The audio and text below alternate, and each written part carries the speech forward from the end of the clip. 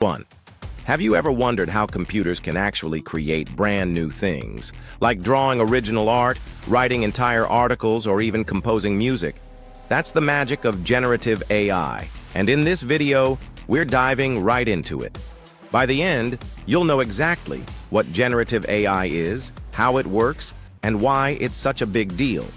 Generative AI is a branch of artificial intelligence focused on producing new content. That could be images, text, music, or even video, essentially anything humans can make. A generative AI model can attempt to generate as well. Imagine it like an AI artist that doesn't just copy existing data, but invents something fresh based on patterns it's learned. Traditional AI systems might classify objects in a picture or predict future sales, but generative AI goes a step further.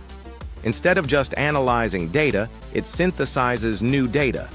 Think of a model that studied thousands of paintings, learning about colors, brush strokes, and composition. Then, when given a prompt, it produces a brand new piece of art that never existed before. Most generative models rely on advanced neural networks. You've got systems like GANs, Variational Autoencoders, VAEs, or transformers. GANs feature two parts, a generator that tries to create realistic outputs, and a discriminator that tries to spot if they're fake. Over time, the generator gets so good it can fool the discriminator, resulting in highly convincing images or other outputs. VAEs, or Variational Autoencoders, compress data into a smaller representation, then learn to reconstruct it. Once trained, you can feed them random noise and watch them produce coherent samples that resemble the original dataset. As for transformers, models like ChatGPT or GPT-4 use attention mechanisms to generate paragraphs of text that read like a human wrote them. 6. Essentially, these models train on huge amounts of data, pictures, text, music, you name it. Then, given a prompt or even random input, they try to create something that mirrors the patterns they've absorbed. Of course, if the training data is biased or lacking, the outputs might turn out flawed or just plain odd. That's part of the risk and charm of generative AI. 7. So what does this look like in the real world? Take Midjourney, or DALL, which can transform a short phrase, like a futuristic city skyline at sunset, neon lights, ultra-modern buildings, into an entirely new image. For concept artists or product designers, this speeds up prototyping ideas. Or look at text generation. ChatGPT can draft stories, brainstorm articles, or even write chunks of code. 8. Some AI models generate music in styles ranging from classical to hip-hop.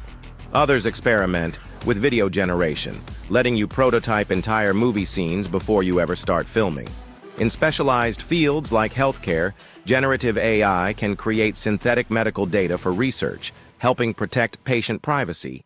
It can also help speed up drug discovery by proposing new molecular structures. However, there are ethical and practical concerns. Deepfakes can spread misinformation, and AI might learn biases from the training data. Used responsibly, though, generative AI opens huge creative potential. It's already shaking up design, content creation, research, and more. Whether you're curious about the future of creative work or want to automate parts of your own process, generative AI has something to offer. Let's do a quick recap. Generative AI studies massive datasets, learns underlying patterns, and then synthesizes entirely new outputs, be it art, text, music, or something else. GANs pit generators against discriminators to refine quality, VAEs compress and reconstruct data to produce new samples, and transformers handle sequential data like text by paying attention to context. 11. Ultimately, why does this all matter? For one, it can drastically reduce production time for creators, help generate innovative ideas on demand, and push the boundaries of what's possible in fields like healthcare or science. At the same time, it challenges our notions of authenticity, authorship, and how technology intersects with creativity. 12. So that's generative AI in a nutshell. If you found this overview helpful, hit that like button and subscribe to stay in the loop on practical AI and tech tips. Also, I'd love to hear from you. Which AI tool or application excites you the most?